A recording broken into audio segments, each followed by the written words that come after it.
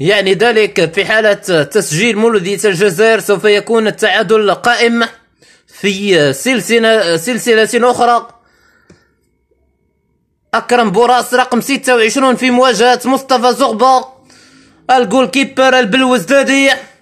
من سوف يتفوق على من؟ أكرم بوراس هو الذي من يتفوق على حارس مرمى شباب بلوزداد مصطفى زغبة، والإثارة مستمرة لأن النهائي لا زال كبيرا بين الفريقين العاصميان.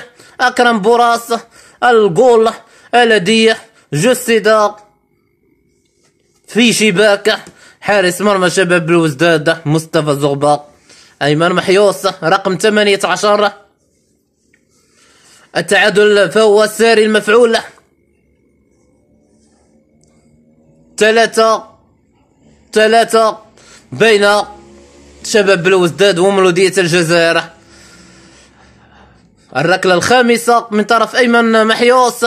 أيمن محيوس يضيع.